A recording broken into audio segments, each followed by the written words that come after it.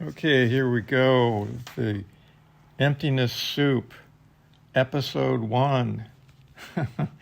uh, I was pondering this, this whole topic of guilt, responsibility, culpability for a fault, wrongness, badness, etc. But I wasn't, really thinking hard about it or grinding away or analyzing it. Just kind of like put it on the burner or the back burner, seeing what came up, and then it occurred to me that it's just, to make it very simple, that it is just kind of a really sort of simple, primitive, basic thing. And sort of it's more about like stating not what's obvious, but what becomes more obvious over time, the sort of dynamics or underlying thing that's going on. And what it is behind any sense of guilt and badness, wrong, there has to be a sense of this sense of responsibility of a person having done something, or a certain culpability. Culpability is a good word. I even looked up culpability because that word kept coming up. And all it means is responsibility for a fault or a wrong, So it's all just kind of the same meaning. The thesaurus says guilt, blame, fault, responsibility, accountability, liability, answerability, guiltiness, blameworthiness. But behind that, or beneath it, there's an error or an erroneous, in an absolute sense, of, number one, sense of a past. And because in reality, in an absolute sense, there's no past and therefore no future, because the future is based on a memory and a projection and imagination. If there is a past, you can't change it anyway. So, why are we worried about something that you can't change? And number two, there's no person in the first place, no separate entity who has or is responsible, really. So you could say it's the goddess, so to speak, that's responsible, and it's her responsibility, not yours, for the past or for any perceived separate entity. The only real responsibility is in the present, in the now.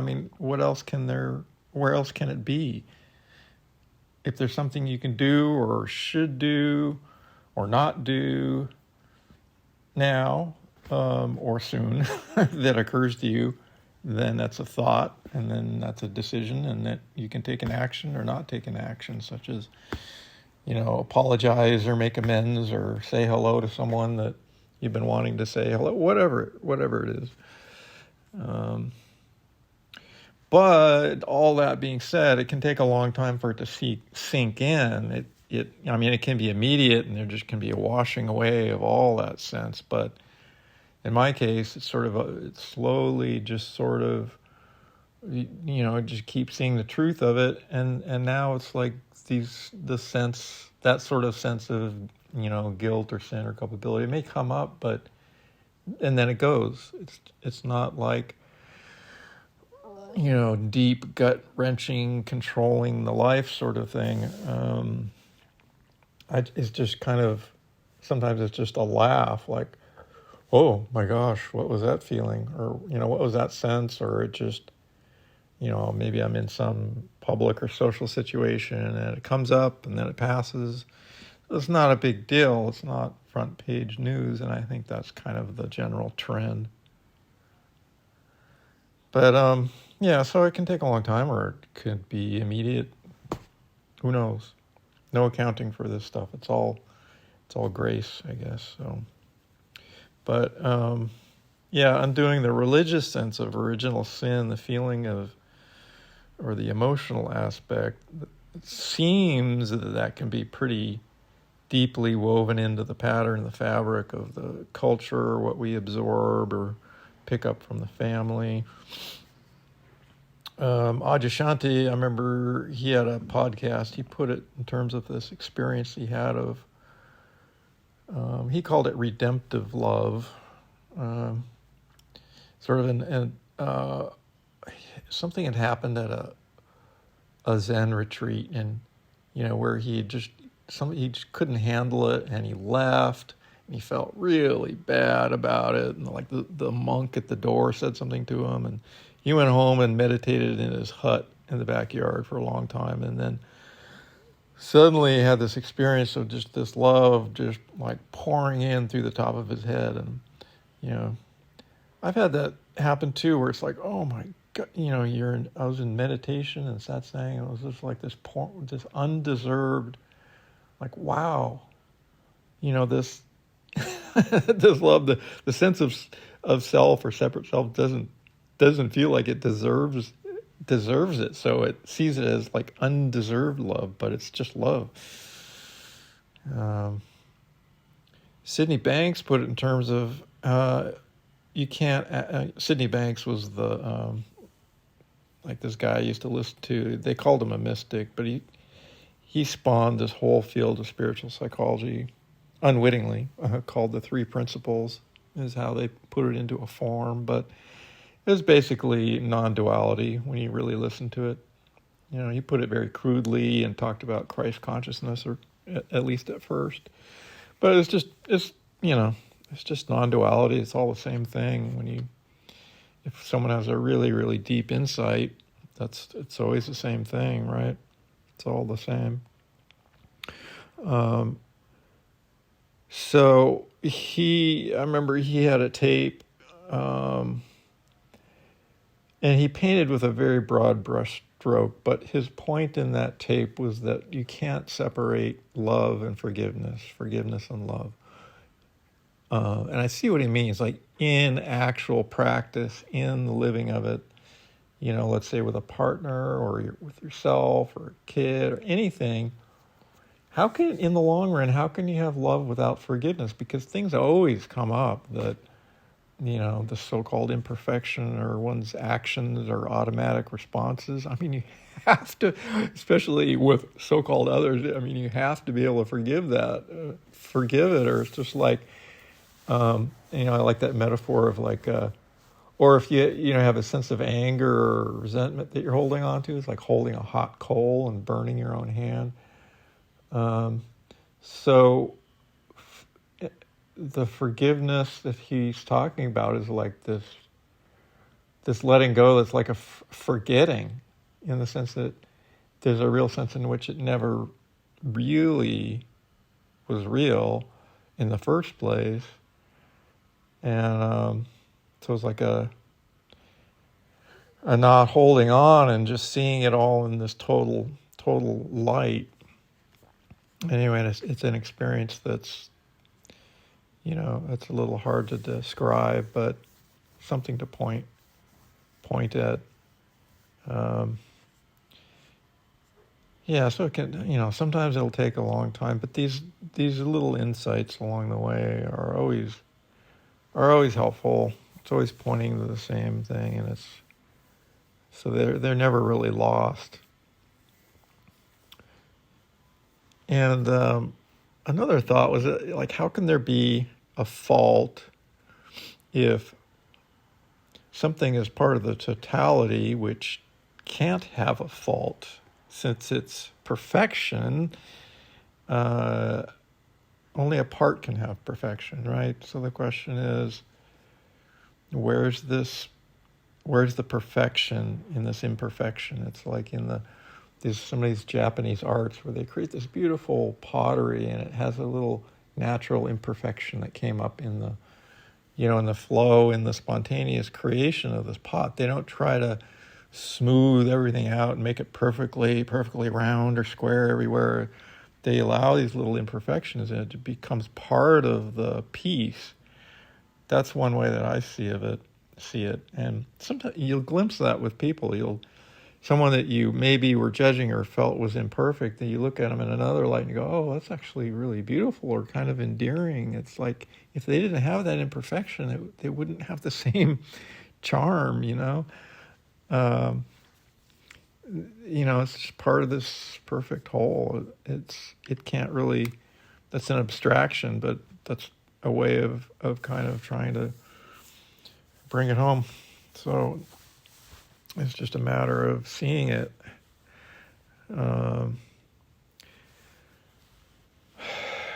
So the seeing of it, the seeing of this perfection, the reality of that, and the illusion of the imperfection that the thoughts and the feelings create out of nothing and dissolve into nothing and forgiveness. And the undeserved love of the divine reality, blah, blah, blah. So if you look at like the religious training, what originated in the church, they needed to have some kind of handle to control people. So they use guilt and shame, as we all know, and they use it around things like they could control, like sex. And so feelings and decisions and practices and so forth become an issue that's made a big deal out of. It's made to feel really serious, like sense of morbidity almost around, these deep issues, decisions. You can make sex into a bad thing and drive people absolutely crazy. Sex is a good one because people can survive without sex, but they can't survive without food. You can't forbid them from eating or breathing. So you create a sense of guilt and shame around some natural thing like that. And you can use it as a handle to control them, and then they have to go to church and get salvation, forgiveness from the church, and listen to the sermons and the preacher, and they have to attend and give their tithings and offerings into the basket, give their money, and get some good points for that, get their ticket to heaven, be obedient to the God and the priest, who, by the way, in private is no different than anyone else. We won't go into that. They do that so you won't be judged and shamed and banished from the tribe. For any of that to work, there has to be a sense of a separate entity, of being identified as a body, like as we learn, we're trained as a person with a separate will, a local doer, self-consciousness, a local will. Otherwise, there's no shame, guilt, misfortune, anything like that. No fear, no desire. But we do have natural desires and drives, like for food and sex and to breathe air and things like that. So if we're trained, drink water, if we're trained into a sense of guiltiness or shame about any of that, it can have a lot of neurotic potential. It sets up this conflict. There's no way you can avoid or control those desires for a human. I mean, I guess you could become a certain kind of yogi that has powers, control the bodily fluids and temperatures and whatever, but that's not really the path of happiness in the long run. It's just about some weird control or power. Who cares? So anyway, all this creates a kind of dynamics in the adolescence. There's either rebellion or conforming. There's a duality right there. Do you rebel, conform? Is that really are those really the only choices? What about freedom? Totally. And whatever falls out of that conflict, the sinfulness of the flesh, whatever. What a crazy religion. I always remember this quote from D.T. Suzuki. He was a Zen guy that brought it to the West in the early 60s, maybe even the 50s, I don't know. But anyway, somewhere I saw this quote, and it's God against man, man against God, man against nature, nature against man, nature against God, God against nature. Very funny religion. I got to work on my presentation skills, but I think I'm getting better and better. And then I'll be sinless and guiltless as a presenter.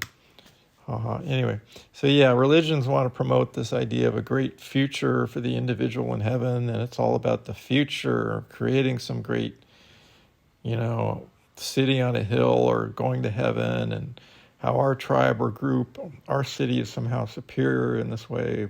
This is the path, and we'll create this great shining city on the hill, and you'll be redeemed and forgiven in the future. All sins will be wiped clean. There's something, appealing to being a part of a group, a tribe, even if some of it's based on paranoia. I see that now with with essentially the Trumpism.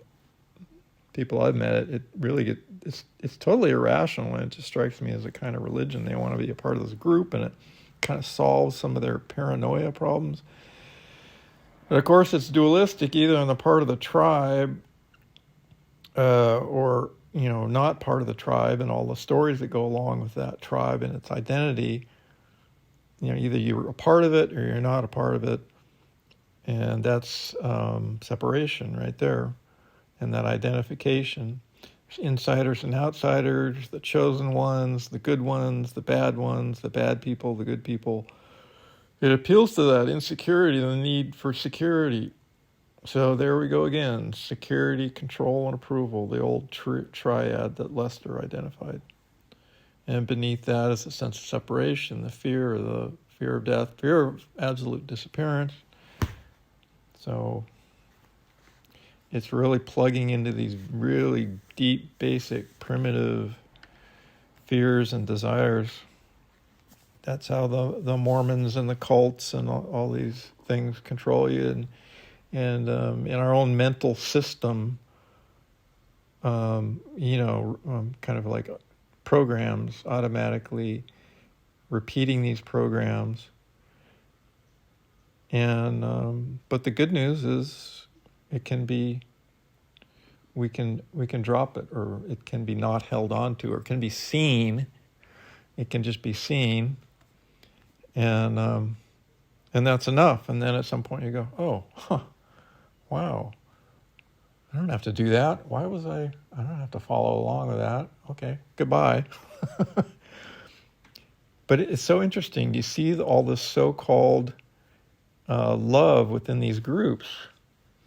There can be a sense of belonging and community and what people call love within these tribes and churches and religious communities and cults, but it comes at a price.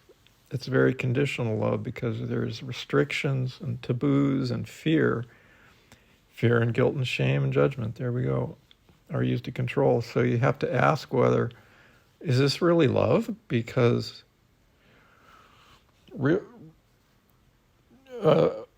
a spiritual teacher pointed this out to me. I think there's something to it, that real love and freedom can't be separated. Even think about a very basic, down-to-earth example of you have a friend or a partner, and you feel the sense at some point that they're trying to control you. It doesn't feel loving. It's just very obvious. And it's, it comes from insecurity, or a parent can be the same way, a brother-in-law, whatever. They can't help it. It's just, again, it's like a unconscious, automatic reaction, and they will find themselves doing things they don't even know where it comes from, but that's what's at the basis of it. Anyway, yeah, a true friend respects your absolute freedom. And it's kind of like that thing of these Advaita or non-dual teachers talking. They see it as they're talking awareness to awareness. They're not talking to a person. And that makes sense to me. That makes sense. And everyone, hopefully everyone, many people, I've had that experience of seeing someone totally different. They're supposedly the same person, the same body, but you see them in a totally different light. So where's the Where's the fact, the relative, the material entity there? It's if where's the person? Doesn't that point to the fact that somehow it actually is awareness? It's like that beauty that you're seeing, or through the eyes of love, is more real than this image that you have, especially if it's an image when they're not even in front of you. But so yeah, the love within these groups where there's a mixture of like tribalism, and maybe originally there was sort of some great insight, a revelation from the founders that started it, but it gets mixed in with this tribalism, maybe by followers or whoever making an order, an organization, or priests, or and then they need they need the income, they need the control, they need to maintain the order.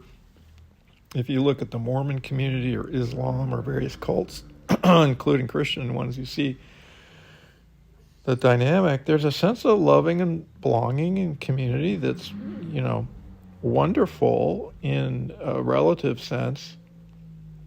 But then you see people wanting to get out of it and having freedom.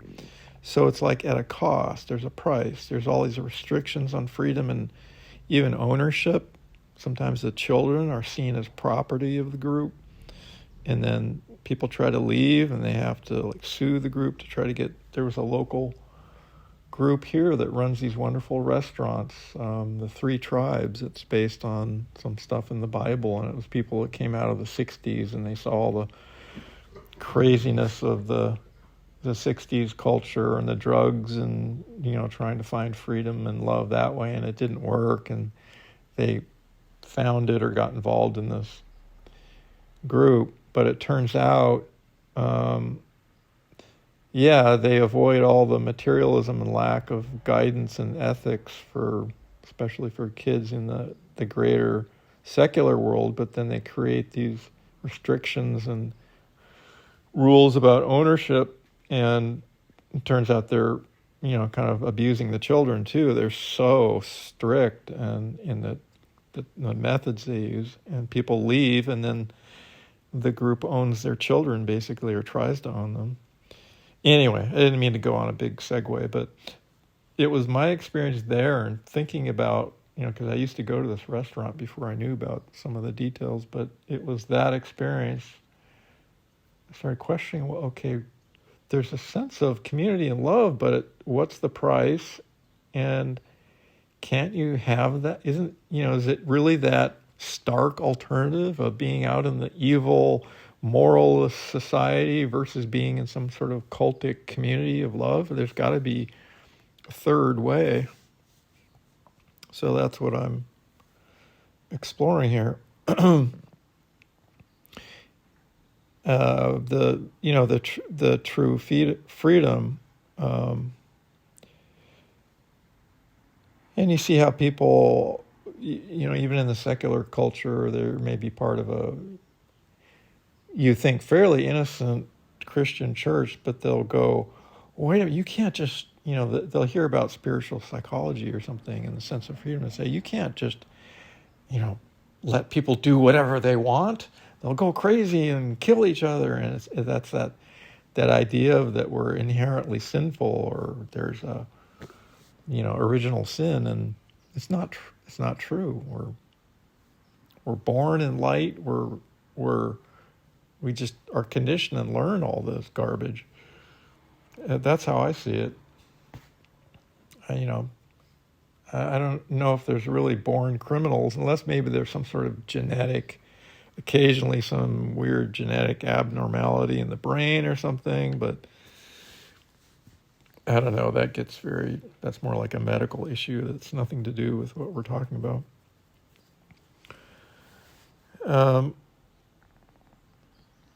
So and the sense of tribalism even happens in families. I've seen it. They become almost like this little mini clan, and there's a sense of superiority, and you're either in or you're out, and they have their own rules and ways of seeing life and their own values. It's all about like money and family, and those are the religion. It's a secular religion, but it's what's given faith to. It's what's essentially worshipped. And yeah, they feel love within that family, but then there's a lot of kind of insecurity driving that sense of having to, control or hold on to things by maybe by one of the parents, and then it trickles down to everyone in the family. The sort of the behind the scenes dynamics are felt that are driving everything. And so some people even have to find that they need to escape their family of origin or even their partners. I had a friend who was a therapist, and they felt they needed to get out of their marriage, that they had 4 kids, and they got married very young, and their partner, they were very involved with Rupert Spira and Francis Lucille, and I used to have long dialogues as a friend with them, and they really, got it, really loved it. They're, still on the path, still going to retreats and stuff. Takes a long time to get over one's training and conditioning, but anyway, their partner just didn't see it, get it at all, didn't understand it. They felt like she was in a cult, and she just, after a while, she just felt, we've grown in separate directions, and she had to get out of the marriage, even though they had 4 kids and, thriving business and everything. It was quite a what do you call that? Seismic shift, tidal shift. So that's interesting. So even families can have that sense. But I think that's all I wanted to say about this personal sense of guilt or sin or whatever. It's always personal, and you take the person out of it, and where's the guilt or sin or fear or anything? Like Lao Tzu said in the Tao Te Ching, without a body, how can there be misfortune? If what you are is just spirit or consciousness with a sense of a body, that's different. But if you are a body, there's a lot of misfortune that comes with that. So the less there is of any kind of residue, the sense of being personal, a sense of a separate entity, the less there is, in other words, it's a new experience. It just, for things to just come and go quickly, you see it for what it is, and it doesn't become a big deal. Whatever it is coming up, the old programming doesn't become so much front page news. It's just kind of a passing appearance. Not so much like grabbing onto it and owning it and really getting into it. And you can do that, but so that's what I see. It just becomes another sensation, perception, another thought, and no big stories made around it. And so that seems to be what happens with my friends and myself. I'm seeing as they start to sense and live this greater freedom. So that's all I have to say. That's the end of this. What's it called? Oh, Emptiness Soup. The Emptiness Soup podcast. Take care. Love you. Love you all.